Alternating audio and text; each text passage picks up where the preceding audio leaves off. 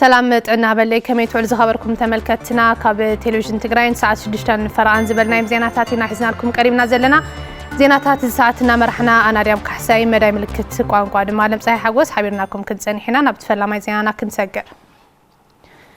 ኣብ ዞባ ደቡብ ዝሳለ ዘሎ ወፍሪ ዕቀባ ሓመድን ማይን ዛጊድ ልዕሊ 75 ሚእታዊ ከም ዝተዛዘመ መምርሒ ልምዓት ሕርሻ ዞባ ደቡብ ትግራይ ኣፍሊጦም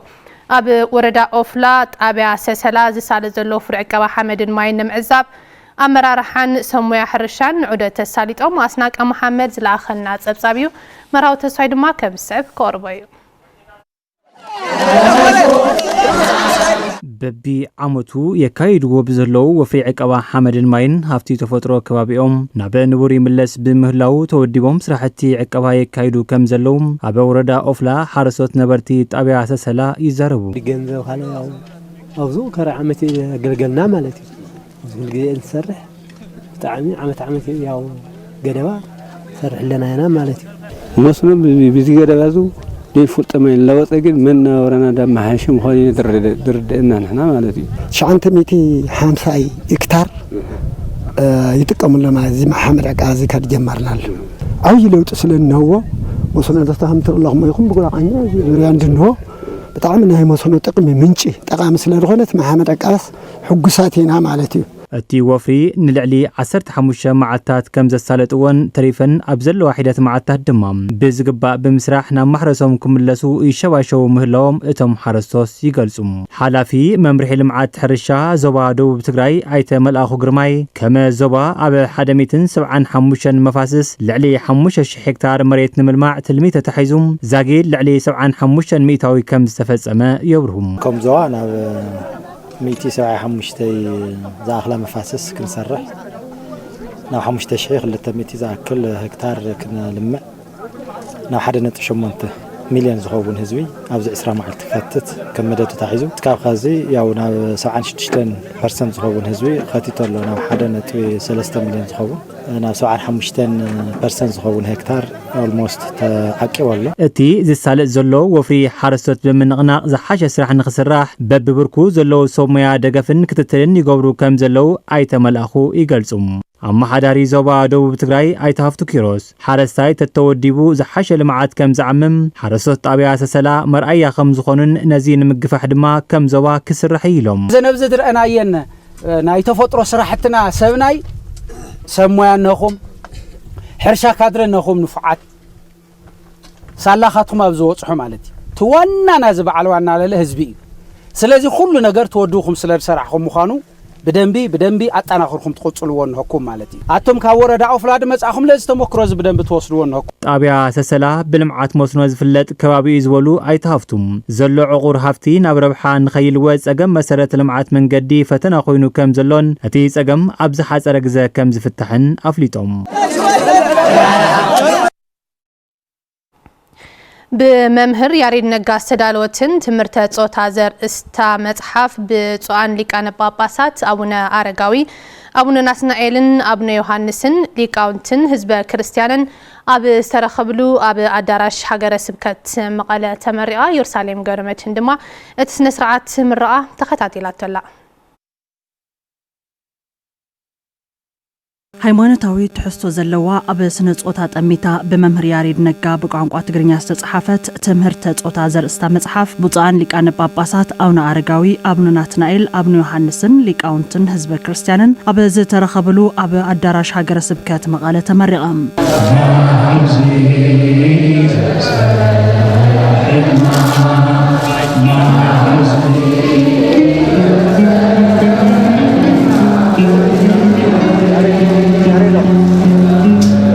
እዛ መጽሓፍ መንእሰይ ኣብ ስነ ጾታ ዘለዎ ርድኢት ከዓብን ብፍላይ ድማ ኣብ ዝሕዚ እዋን ዝበዝሕ ዘሎ ዘይምርድዳእን ፍትሕን መበገሲኦምን መፍትሖምን ኣድሂባ ዝተጻሕፈት ምዃና ደራሲ ናይታ መጽሓፍ መምህር ያሬድ ነጋ ይገልጽ ማሕበረሰብ ዝተዛብዐ ተሓሳስባ ነይሩ ኣብ ስነ ጾታ ኣብ ወዲ ተባዕታይን ኣብ ጓል ኣንስተይትን ማዕረድዮም ይኾኑ ሃመይ ክከባበሩ ይግብኦም ፍቕሪ ማለት እዩ ፍቕሪ ብዙሕ ግዜ ይርኢ ክትኾንከ ይሓፍሪ ሰብ ይሕባእ ግን ፍቕሪ ጥዑም ምዃኑ ፍቅር እንደገና ንወድሰብ ተዋዋ ጸጋ ናባህሪስ ጸጋ ምዃኑ ዝገልጽ እዩ ብሰፊሑ ስለዚህ ገና ሕጸ ዝተሓሳሰቡ ከመይ ክኾኑ ከም ዝግብኦም ታይም ክጸናንዑ ዝግብኦም ታይ መሰረት ገይሮም ይጸናንዑ ታይ ዕንቅፋት ይገጥሞም ታይ ዕንቅፋት ብንታይ ሓልፈዎ ታይ ክገብሩ ይግብኦም ጓልታይ ወድታይ ኢቨን ካብኡ እንደገና ሰብ ሓዳር ርኢኽ ተኾይንክ ብዙሕ ግዜ መፍታሕ ይበዝሕ ኣሎ ታይ ጸገሙ ተይልካ ኣዋኒ ያመልሳ ታመልሳ ዋኒና እዙን ና መንእሰያት ብዙሕ ሕቶ ዝምልሱ ኣብቲ ስነ ስርዓት ምረቓ ዝተረኸቡ ኣቡነ ዮሃንስ ብቋንቋ ትግርኛ ዝተጻሓፈት መጽሓፍ ትምህርተ ጾታ መንፈሳዊ ትሕዝቶ ዘለዋን ኣብ ስነ ጾታ ሕብረተሰብ ዘለዎ ርድኢት ከዓቢ ንምግባር ዓብዪ ኣስተዋፅኦ ከም ዘለዎ ይገልጹ። ሕዚ መምህር ያሬድ ዘጽንዖ ብኻልእ መንገዲ እዩ ልክዕ ናይቲ መንእሰይ ናይቲ ወጣት ህይወት ተጽንዑ እዩ ምስ እግዚኣብሔር ተሓይዙ ጽሒፈልኩም ዘሎ ኣንቢብካ ምኽንያቱ ንኽልተን ዝጠቕማ ሓደ ኣጽኒዕኻ ክትጥንቀቕ ናፍተን ዓንተዎ ዝበልክዎም ናይ መጽሓፍ ቅዱስ መሰረት ክትኣቱ ይገብረካ ኣይት መጽሓፍ ከም ቅዱሳት መጽሓፍትና መምህር ያሬድ ብጣዕሚ ደኺሙ ወሪዱ ብጣዕሚ ግዜ ሰዓት መዓልትታቱን ወሲዱ እሞብትሒ ዘላቶ ትግራይ መጽሓፍ ኣበርኪትካ ምምጻእ መጽሓፍ ሒዝካ ምምጻእ ብጣዕሚ ዓብዪ ሞራልን ዓብዪ ሓገዝን ዓብዪ ተስፋ ይዘኻ ተባሂሉ ክሕገዝ ዝግብኦ እዩ። ኣብቲ ስነ ስርዓት ምረቓ ብፁዓን ሊቃነ ጳጳሳት ሊቃውንቲ ህዝበ ክርስቲያንን ካልኦት ዕዱማት ኣጋይሽን ተረኺቦም እዮም። ማሕበር ኣክስዮን ዋሕስ ሪል ስቴት ኣብ ሕብረተሰብ ዘሎ ፀገም መንበሪ ኣባይቲ ንምቅላል ይሰርሕ ከም ዘሎ ገሊፆም። እዚ ዝተገለጸ ካልኣይ ዓመት ምስረታት ማሕበር መሰረት ብምግባር ምስ ተጠቀምቲ ሕብረተሰብን ኣመራርሓ መንግስቲ ኣብ ዝተገበረ ዘተ እዩ። ታደለ ዳኘው ተኸታቲልዎ ኣሎ። ሙሩፅ ሃይለ ድማ ከም ሰብ ክቐርቦ እዩ። ማሕበር ኣክስዮን ዋሕስ ሪል ስቴት ካልኣይ ዓመት ምስረቱ መሰረት ብምግባር ምስ ተጠቀምቲ ሕብረተሰብን ዝምልከቶም ኣመራርሓ መንግስትን ዘትዮም ኣካያዲ ስራሕ ዋሕስ ሪል ስቴት ኣይተ ተወልደ ብርሃ እቲ ማሕበር ኣብ ትሑት መነባብሮ ዘሎ ሕብረተሰብ ተጠቃሚ ብዝገብር ኣገባብ ሕፅረት መንበሪ ኣባይቲ ንምቅላል ብዕቱብ ይሰርሕ ከም ዘሎ ገሊፆም። ሕፅረት ኣባይቲ እውን ከም ዘሎ ይፍለጥ እዩ ብመብዛሕትኡ ብገዛ ክራይ ዝነብር እዩ ዋሕስ እንትቋቋም እንተሎ እንትምስረት እንተሎ ድማ እቲ ዕላማ ዝገበሮ ገንዘብ ሃልይወስ መሬት ዓዲጉ ህንፀት ከካይድ ዘይኽእል ማሕበረሰብ ብቁጠባ ኣቢሉ በዓል ገዛ ክገብር ማለት እዩ ስፔሻሊ ነቲ ማእኸላይ እቶት ዘለዎን ነቲ ትሑት እቶት ዘለዎን ንዕኦም ተማሊኡ ንምኻድ ማለት እዩ ነዚ ዝኸውን መስርሕ እውን ኣዳሊና ኣለና ነቲ ትሑት ኣታዊ ዘለዎ ቀስ ኢሉ እንዳኸፈለ በዓል ገዛ ክኾነሉ ዝኽእለንዱ ዕድል እውን ስለ ዘመቻቸና ነዚ ተጠቃማይ ንምግባር እዩ ምናይ መጀመርያ ማለት እዩ። ዋሕስ ሪል ስቴት ጠለብን ድልየትን ዓማዊልን መምላእ ኣብ ከተማታት መቐለን ሽረንዳ ስላሰን መንበሪ ኣባይቲ ሃንጽ ከም ዘሎ ድማ እቶም መካያዲ ስራሕ ወሲኾም ኣብሪሆም ንመንግስቲ ተጸበናን መሬታት ኢና ገዚእና ሕዚ ኣብ ስራሕ ዘሎ ዲዛይኖም ዝተወድኡ እውን እኒኦና ኣብ ከይዲ ስራሕ ዘሎ እውን ኣሎ ከም ፕሮጀክት 6 ፕሮጀክት ጀሚርና ኣለና كان حمشتا مقالة تحانت بشرة جميرنا يلنا مالت تتكمتي واحس ريل ستيت سخون وجنات بقدام أبت محبرة حقيفون بمعقارم أبز حتر وان سبوانا جزان مخان تسفا كم زفتر اللهم تجاربهم مريت عديكا مسرح سلازخبت وزيجن ببور عقبيلكا سرح سلازخل بزح تسفا زقبر اللي يمو حزون كم تسمو واحس بينو خالص أجاب ناورا هوا كاب جزا زيولو ناو جزا زلو من تختاتاتو حزون برتيعو خقصل علوا انت بول كايجن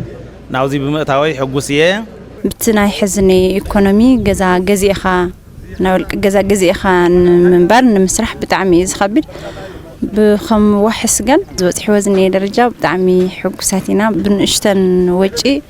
جزا ناي محز عقمني ويلنا أنا تسفاني قبر. أب تجري سفي حسرة منبر أبايت كم زلوا زحبروا مقتل حلف بيرول معاد كتمان كونستراكشن انتجري أي تسلمون حدا قوم وحس ريل استيت نزح حسرة المقلال زحق زيلهم. سلاسان حدا ميتاوي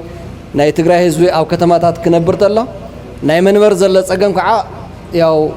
كلاتنا نردي وحس ريل استيت ناي جزا منبري أجمع زلوا محبر سب كتما توديو عرسو تحقاقيزو جزا خلو نمقوار يتوديو زلو إذا خمزي زوالة غا أما غالا نبشرن نبتقوار جميرا ملو كمزي زوالة حقاونت زمالا كالتفن نبتقواراوي من قصاص زااتوا نحناون باتي من قصاص حقوساتنا نزغط سلبات جميركم وزلهم فترة نقدميت كتكادو ተስፋ ንገብር ማሕበር አክሲዮን ወሓስ ሪል ስቴት ካብ ዝምስረት 2 ዓመታት ዝገበረ እንትኸውን ልዕሊ 400 ኣባላት ከም ዘለዎ ድማ ካብቲ ማሕበር ዝረኸብናዮ መረዳእታ የመላኽት ኣብ ምንቅቃሕ ቁጠባ ምውሓስ ሰጥታን ምዕቃብ ባህልን ታሪኽን ወረዳ ኢስራ ዓዲ ወጀራት እጃማም ከም ዝፍጽሙ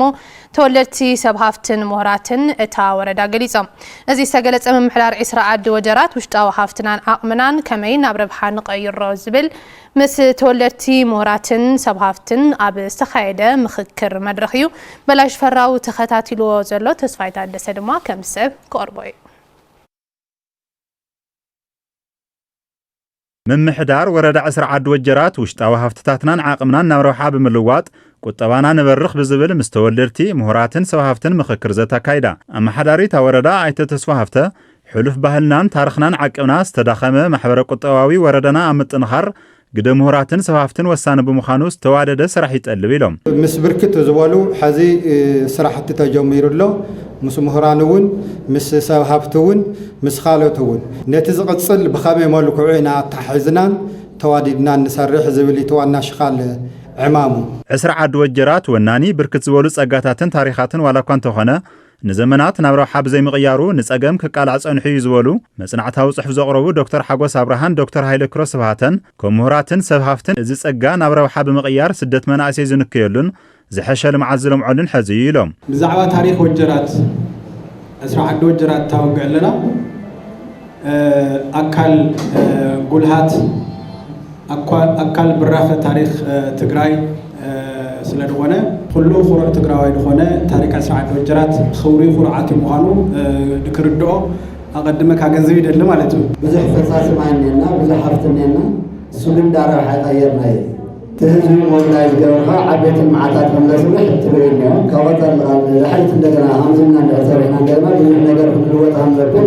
ደረናይ ተሳተፍት መድረኽ በወገኖም አምንቀቃሕ ልምዓት አምጥንኻር ጸጥታን ምስናር ታሪኾምን እጃሞም ከም ዝፍጽሙ ይገልጹ ኣብ ሰለስተ ነገራት ማእኸል ጌርና ምንቅስቃስ ጀሚርና ኣለና ማለት እዩ ኣብ ነዊ ኣብ ዓሳ ኣብ ቆላሕሪ ኣብ ዒላ ዓሳታት ብምርባሕ እሱ ቢልካ ነቲ መንእሰይ ኩሉ ምንቅስቃስና መሰረቱ ተንዝብለን ዘለኹ መንእሰይ ማእኸል ዝገበረ እዩ በለስጠፊዩ ታይክ ንገብረለና እምንለና ታይክ ንገብረለና ሓሸዋለና ታይክ ንገብረለና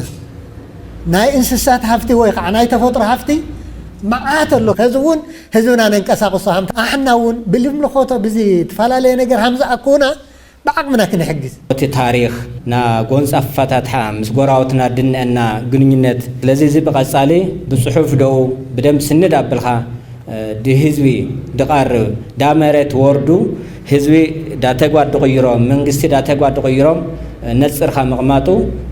كقصل نو صقماتنا نمفتح عقمتاتنا صنقنا كنጥቀም ይግባዝ ወልድማ ሓላፊ ሕወትን ዳግመ ህንጸትን ዘዋደው ምብራቅ አይተጸጋ ገብረ ገርግስዮም عقمتاتنا ዋሊድና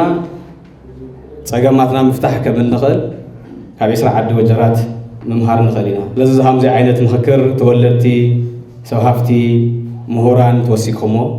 ኣብ ልዕሊኡ ፈተውትኹም ፀዊዕኹም ትገብርዎ መድረኽ ስለዝኾነ لحويت وجرات وسانا ايمو او زهامزي عينت منقسقاس ممحدار زوانا كل غيزي يغونهم كوينو لك على كل دغافام لغبر كرغاصلهم يدلي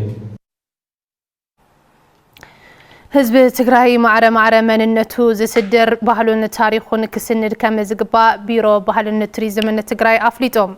እዚ ዝተገለጸ ዘይተቀልዐ ታሪክ ኢሮብ ዘርእስታ ብተጋዳላይ ጋዜጠኛ ብስራት ካሕሳይ ዝተጻሕፈት መጽሓፍ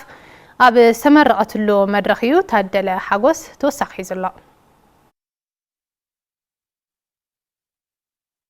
ህዝብ ትግራይ ከም ህዝቢ ማዕረ ታሪኹን መንነቱን ዝስጉም ታሪኹን መንነቱን ክስንድን ክዕቅብን ከም ዝግባእ ሓላፊ ቢሮ ባህልን ቱሪዝምን ክልል ትግራይ ዶክተር አጽብሃ ገብረዝጋቢር ገሊጾም እቶም ሓላፊ ህዝብ ትግራይ ብፍላይ ድማ ህዝቢ ኢሮብ ብዓድረዚን ታሪኽን መንነትን ብምዃኑ ታሪኹን መንነቱን በአግባቡ ክስንድ ከም ዝግባእ አፍሊጦም ኣለዉ ከም በዓል ህዝቢ ኢሮብ ናይ ባዕሎም ዝኾኑ ብዙሓት ክብርታት ዘለዎም ብዙሕ ጀግንነት ሰሪሖም ኣመዋእሎም ኒ ስልጣነ ትግራይ ንታሪክ ትግራይ ንቃልሲ ትግራይ ንህላወ ትግራይ ብዙሕ መስዋዕቲ እንዳኸፈሉ ብዙሕ ናይ ጽንዓት ናይ ጀግንነት ናይ ምውዞ ናይ ፈጠራ ናይ ሊቅነት ታሪክ ብጽሒት ታሪክ ትግራይ ካብ ዘለዎም ከባቢ ብዙሕ መጽሓፍቲ ብዙሕ ዶክመንተሪ ፊልሚታት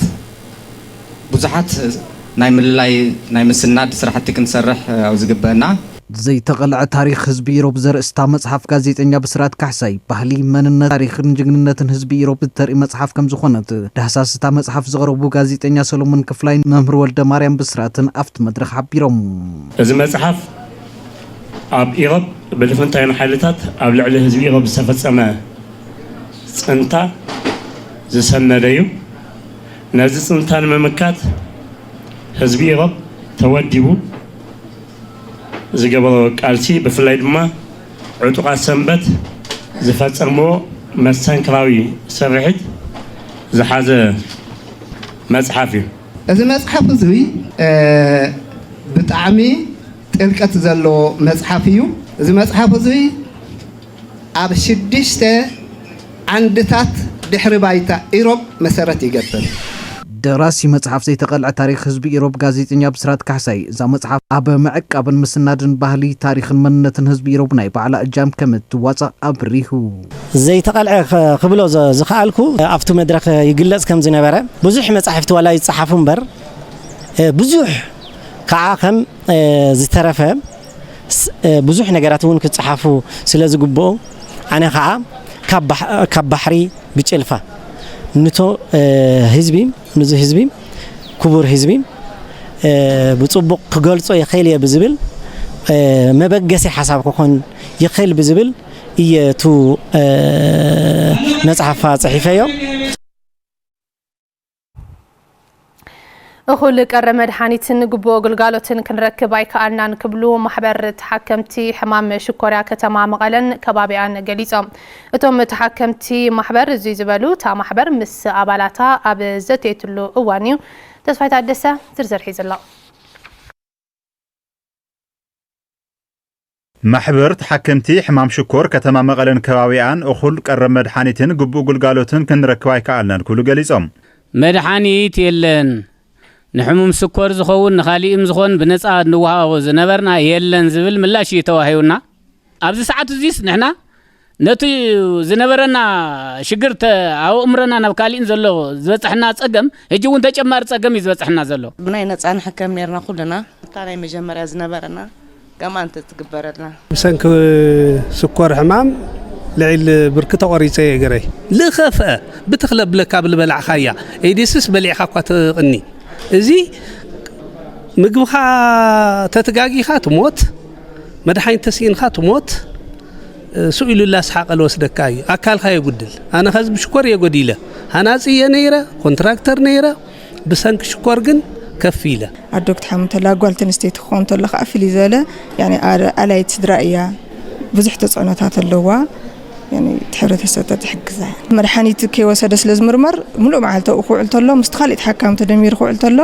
ናባዕሉ ተዝግበረሉ ብሕፅረት መድሓኒት ሕማም ሽኮር ህይወት ሰባት ይሓልፍ ከም ዘሎ ዝገለጹ ኣቦ ወንበር ማሕበር ተሓከምቲ ሕማም ሽኮር ከተማ መቐለን ከባቢኣ ናይ ተካሕሳይ ኣረጋዊ ቢሮ ጥዕና ትግራይ ትኹረት ገብረና ይግባእ ይብሉ ኣብዚ እዋን ብመድሓኒት ስእነት ናይ ሽኮር ሕሙም ይረግፍ እዩ ዘሎ በብገዝኡ ይመውት ኣሎ ቢሮ ሓለዋ ጥዕና ብሕልፊ ቢሮ ሓለዋ ጥዕና ይኽፈትሓ ዝኽእል ኣብ ዓይደር ኮምፕሬሄንሲቭ ስፔሻላይዝድ ሆስፒታል መተሓባበር ክፍሊ ሕማም ሽኮር ሲስተር ኣጸደ ግደይ ብወገና ኣብቲ ሆስፒታል 2500 ተሓከምቲ ሽኮር ከም ዘለው ብምሕባር መድሕን ጥዕና ብምትእትታው ጸገም ተሓከምቲ ክፍታሕ ይግባእ ትብል ዓይደር ሪፈራል ሆስፒታል ልካታተሉ ተሓከምትና ላብ 2005 ይጽጉዑ እዮም ወላ ህፃናት እውን ዓበይቲ እውን ኢና ንከታተል እንተ ብመድህን ጥዕና ድዩ እንተ ብኻሊእ ኢና ነፃ ተትጅመረሎም ዞም ተሓከምትና ሃምሶም ሞያ እንታይ ኢና ንገብር ሓደ ትምህርቲ ኢና ንህብ ኣስተምህሮ ኣብ ሽኮር ሕክምና ተቐንዲ እዩ ስለዚ ሓደ ተንረኸወን መድሓኒት ብሰዓተን ክወስድወን ንኣካል ብቕዓት እንቅስቃሴ ክገብሩ ካብ ሓኪም የኾነ ክጽበዩ ዘለዎም ካብ ባዕላቶም ፕሮፌሰር ክኾኑ ነኦም ንዝሕማሞም እንታይ በሊዐ ሽኮር ወሲኻ ሃመይ ገይረ ሃመይ ተኾይና ተበላሽያ ኢሎም ሓሲቦም ባዕሎም ኣብቲ ሕክምና ዙርያ ኣክቲቭ ፓርቲሲፓንት ኮይኖም ዓርሶም ክሕግዙና ክኽእሉ ነዎም من قطقات مريتن اساته غومران مريت كيد سروع مهوار تفصم كم زلا زملاخت طراح انت يكونس ات من قطقات نود سب زدليو ما يخون نفاس اب مملا استواصو زغبر مخانو ممهرن تمرامارن سنبدر يونيفرسيتي مقاله ارديوم حزون تسفاي تادسه مستوم ممهر صانحت غيرلا ምንቅጥቃጥ መሬትን እሳተ ጎመራን መሬት ህላው አተርእየሉ ከይድ ስርዕ ምህዋር ትፍጽም ከም ዘላ ዝሕብርን ንወዲ ሰብ ዘድልዩ ማይ ይኹን ንፋስ ኣብ ምምላእ ኣስተዋፅኦ ዝገብር ምዃኑ ኣብ ዩኒቨርሲቲ መቐለ መምህርን ተመራማርን ስነ ምድሪ ፕሮፌሰር ምሩጽ ሓጎስ የረዱ። መሬት ከብልዋ ካብ ዝኽእሉ እቶም ክልተ ዓበይቲ ነገራት ሓደ ምንቅጥቃጥ መሬት እዩ፣ ሓደ ከዓ ናይ እሳተ ጎመራ እንቅስቃሳት እዮም። እዚኣቶም ክሳዕ ዝሃለዉ መሬት ሂወት ኣለዋ ንብል፣ መሬት ትስሩዕ ምህዋራና ፈጸመት ትርከብ ንብል፣ እዚኣቶም እንተሃልዮም ወዲ ሰብ እውን እና ብሓፈሻ ሂወት ዘለዎ ነገር እውን ንኽነብር እዚኣቶም ሓደ ዓብይ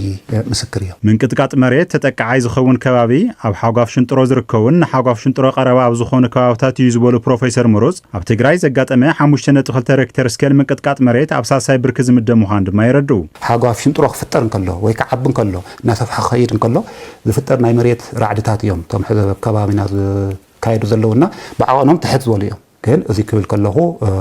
ጥንቃቄ የድልን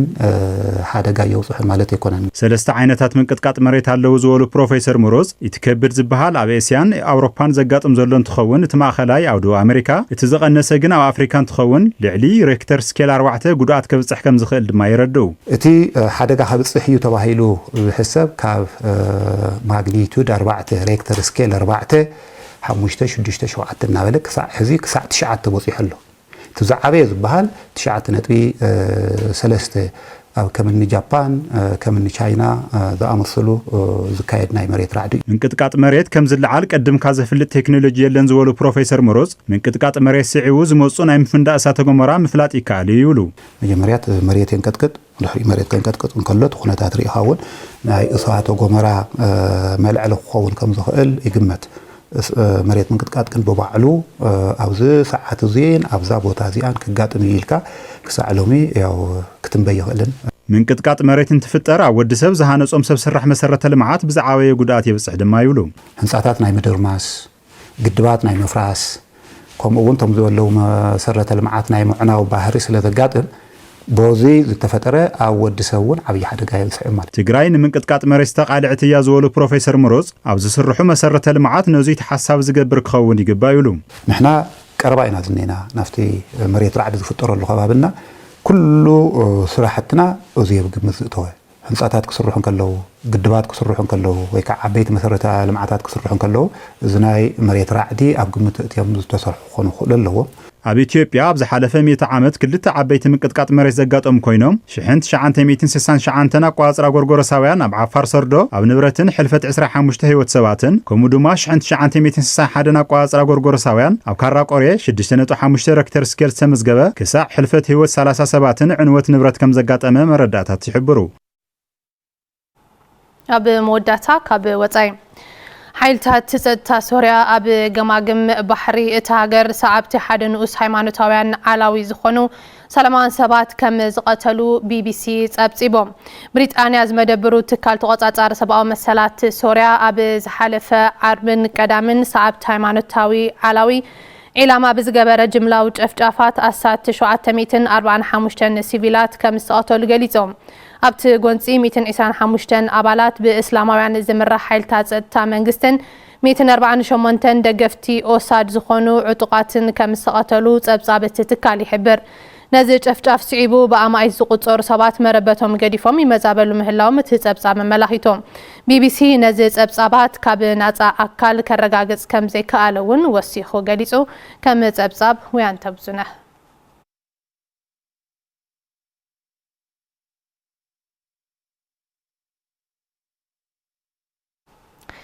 زخبركم تملكتنا زيناتاتنا حزون النقصليهم كابز بمسعب دما زيناتات سبورت الزسات بمسارحتنا مرسايل سعيبو قربنا يوم حبيرنا نكتاتل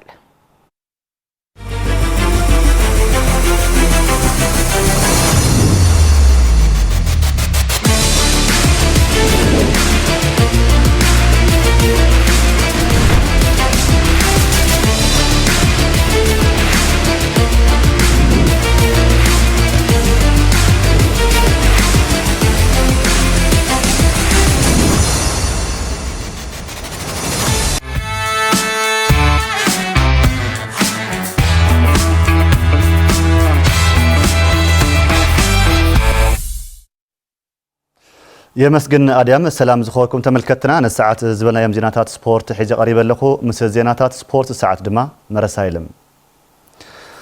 نأستاذ سلسة أوارح كايد زغن شامبينا بشكلتها كتما عدقرات بعوض بروجيكت بشكلتها هاي المولوكوت ولد أبزقي مهتس أمتا رخيب اللهم أتودر تكاتي سبورت نهات أب مفراي حقازي من بارو دما تقليسيو تخست حقوس توسخ لهم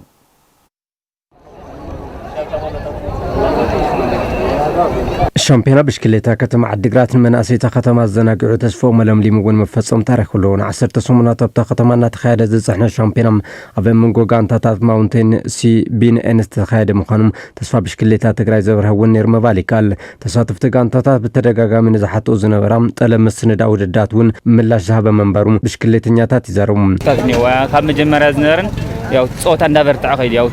تعامون بقولك عنا تفتر بقى مزيه صبغي بقى عقم خان عي زودر قصلي زبا تعم قصلي قبا بقى انا عقم خان مفتر عقمي أبتا ختما زلو قانتاتات ماونتين نعسرت سومنات عقمم زفتشو لو ددر كم استخادون أسلطنتن بشكلتنياتاتن مسكرنتهم إيوا ملوم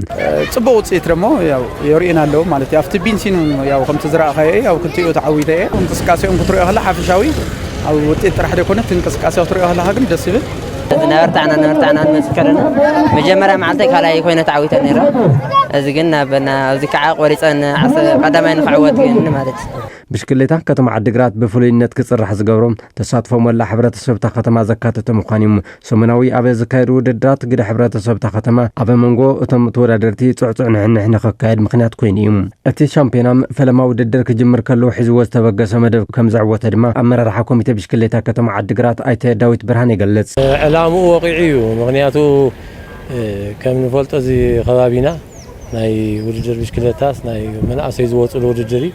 أبز حلف عمد كان هاي لو عمد فلي زبل حدثهم توالادرتون قطرهم لابوزو حمتهم قانتاتاتون كاب حانت قانتا ناب كلته ناب سلسته أبز عمد زي تنسلسته لنا عدقرات كوينن تنكلته حانت غاوقرو لسماريا حانتون كاب هاي الملوكوت بروجيكت غام مقلمتين تولدر عسرت سومون دارقا خمسنا لو عن شامبيون زرانايو منم عرفت زي بلو هلغ زمولو حيال وددري تخايلو من احنا حاجه مستي اباغا قسانا نصورحي لنا اذا حسبنا استبقسنا لوس اب حطير اوان درجو حفز بلا غين يسمعنا شامبينا بشكلتها كتم عدقرات بماونتين ام بعوت ابراهيم مزروق تعوت لقس سولومون نهم مزغبن قال انسات ساين درجه اموتيم بماونتين بي قال اب هايلاين انغسم هفتن ملكاس لولن كاب قدامك حساب ساي درجه بمحاز وددم زازمو بماونتين سيدما يوناتان برهم كابيتال جرماين على دور هفتومن تعوت تخينم بدقانوس تيدما ششايت تخلاين كويني تهدران فرتونا قبر سلاسن تعوتام بحفشه بغانتا دما غانتا هايل ملكوت بروجيكت شامبيونات وددر كوينا وددر زازيمام رايت ماي كتم عدقرات ماي قلقالته تختمان بماتا هوسبيتال سفادلن قدست مريم هوسبيتال وغرندمام كابا كالاي كساب 50 درجه حزن وددرن زازيمن كاب قردن بشكلتاتو تግራይ ዝተፈላለዩ ተመክሮታት ከም ዝረኸባን ዓቕመን ዝመዝናሉ ገጸ ምድርን ውድድርን ምንባሩን ተሳተፍቲ እትወድር ዝኾነ ኣባላት ጋንታ ኣማኒ ገሊጸነሎም ገርዝጋሄር ታደለ ሕዝውን ተወሳኽሎም بمغنيات عالم لخ معلت دق انستيو كاب 25 لكاتيت كساب 30 لكاتيت 2017 عام تمرت ودير بشكلتا دق انستيو تግራይ كاير كم زقنا يفلت اب كينيا زمدبرا غانتا اماني دما كاب استفراله هاغرات بشكلتنيات بمطرناف كتساتف صني حيام تقررمتي غانتا اماني يوغنداويان مري اليبيرن نيرابامانا كلاوديتن اب تودر بمستافن حقسات كم زخونان لمدي كم استقايران غليصن كاب زبتوساخ دما ببزخدو حزب تግራይ زغبرلنا قبابلان دغفن لعل منبارون تزاريبن they've been there for us, they've been good to us. كاب فلاماي معلت وددر جميرو از حزبي صبو اقابل غيرنا ابز خدنا لبوتا كله حزبي اذا تابعنا نيرو ات حزبي سبورت فولي فورلو بزي دما حقوستي كاب كال هاجر كم زمصانا زيكونس اب هاجرنا خمزلنا كسمعنا غيرنا مسب تግራይ زلوا بشكليتنياتون لمد تقايرناينا بقصالنت بحبار كم نسرحون تسفا قبر እዚ ውድድር ጽቡቕ ይረኺበዮ ዝናኣድ ውድድር ነይሩ ንፉዓት ብሽክለኛታት ከም ዘለውን ተገንዚበለኹ ዋና ዳይሬክተር ብቕዓት ኣካል ጋንታ ኣማኒ ኦምን ሶል ብግድኦም ኣብቲ ውድድር ጽቡቕ ምንቅስቓስ ከም ዝተዓዘቡ ሓቢሮም The level is very high. The terrain is varied, it's beautiful. እቲ ውድድር ኣብ በሪቕ ጸፍሒ ባሕሪ ዝተኻየደ እዩ። ተቐዳደምትና ንፈለማ ግዜ እየን ዝሳተፋ ዘለዋ። ኣብ ትግራይ ዝረኸብናየን ተቐዳደምቲ ድማ ብደንቢ ሰልጠናን ተናቢበን ዝወዳደራ እየን። ኣካል እዚ ሰሓቢ ውድድር ብምዃነይ ሕጉስ እየ። ህዝቢ ዝገብረሎም ኣቀባብላ እውን ከም ዝነኣድ ኦውን ሶል ወሲኾም ጠቒሶም። Hospitality has been very special. People are super friendly, super welcoming. ህዝቢ ትግራይ ኣቀባብሉ ኣዝዩ ፍሉይ እዩ። ንብሽክሌታ ዘለዎ ድሌት ድማ ልዑል ምዃኑ ተዓዚበ ኣለኹ። ንብሽክሌታ ፍሉይ ፍቕሪ ኣለዎም። ነዘን ደቂ ኣንስትዮ ብሽክሌተኛታት ዘርአዮ ድጋፍ ድማ ብልቢ እንእድ። ብቐጻልነት ካብ ትግራይ ብሉጻት ስፖርተኛታት ናብ ጋንታ ኣማኒ ብምጽምባር ኣብ ምብራቕ ኣፍሪካ ዓባይ ጋንታ ንምጥያሽ ድሌት ከም ዘለዎም ድማ ኣገንዚቦም። Cycling in Tigray from Tsikabu ቅድሚ ሕዚ ኣብ ትግራይ ዘሎ ምንቅስቓስ ብሽክሌታ ካብ ጽጋቡን ቅዱስን እየ ብዙሕ ዝሰምዕ ነይረ። ሕዚ ብኣካል መጽየ ምስ ረኣኽዎ ድማ ዝበለጸ ኮይኑ እየ ረኺበዮ። ብቐጻልነት ናብ ኬንያ መጽየን ዝስልጥና ብሽክሌተኛታት ስለ ዝህልዋ ሕጉስ እየ። ካብ ኢትዮጵያ፣ ኬንያ፣ ሩዋንዳ፣ ዩጋንዳ ብሓፈሻ ኣብ ምብራቕ ኣፍሪካ ብርቱዕ ጋንታ ክንምስርት ኢና። ኮሚሽነር ኮሚሽን ስፖርት ትግራይ መብራት ሃፍቱ ብወገነን ጋንታ ኣማኒ ኣብ ውድድር ቱር ብሽክሌታ ትግራይ ምስታፋ ድምቀት እቲ ውድድር ከም ዝኾነት ኣብሪህን። እዚ ውድድር እዚ ብጣዕሚ ጽቡቕ እዩ። ቅድሚ ሕዚ እተን ደቂ ኣንስትዮ ውድድር ከገብራ ከለዋ ኣብ ውሽጢ ናይ ሰለስተ ቲም ዝግበር ዝነበረ ውድድር እዩ። ሓንቲ ቲም ብምውሳኻ ድማ እቲ ውድድር ብዝበለጸ ካብዚ ናይ ሕሉፍ ዝሕሸ ንሕንሕ ውድድር ዝተረኣየሉ እዩ ዘሎ እቲ። ስለዚ ኣብ ቀጻሊ እቲ ውድድራት እውን ጽቡቓት ውድድር ንክህሉ ምእንታን ጽቡቕ ንሕንሕ ንቐጻሊ ንዓደን ንሃገረን ኣብ ዓለም እውን ተጽዕኖ ፈጠርቲ ዝኾና ናይ ደቂ ኣንስትዮ ውድድር ክህልዋና ደቂ ኣንስትዮ ክህልዋና ምእንትን እቲ ናይ ክለባት ናይ ደቂ ኣንስትዮ ናይ መሰል ጉዳይ እውን ኮይኑ እተን ኩለን ናይ ደቂ ኣንስትዮ ክለብ እውን ክካተታ እናተላወኹ እዚ ውድድር እዚ ግን እቲ ናይ ደገ ብምውሳኸን ድማ እቲ ውድድር ብጣዕሚ ጽቡቕ ንሕንሕ ዝተረኣየሉን ጽቡቕ ፉክክር ዘለዎን ጋንታ ኣማኒ 6 ተቐዳደምቲ ሓዊሱ 12 ኣባላት ጉጅለ ብምሓዝ ኣብ ቱር ትግራይ ከም ዝተሳተፈ ተሓቢሩ። ዝኸበርኩም ተመልከትና ንሰዓት ዝበልናዮም ዜናታት ስፖርት ነዚኦም መስሉ ነይሮም። ሰላም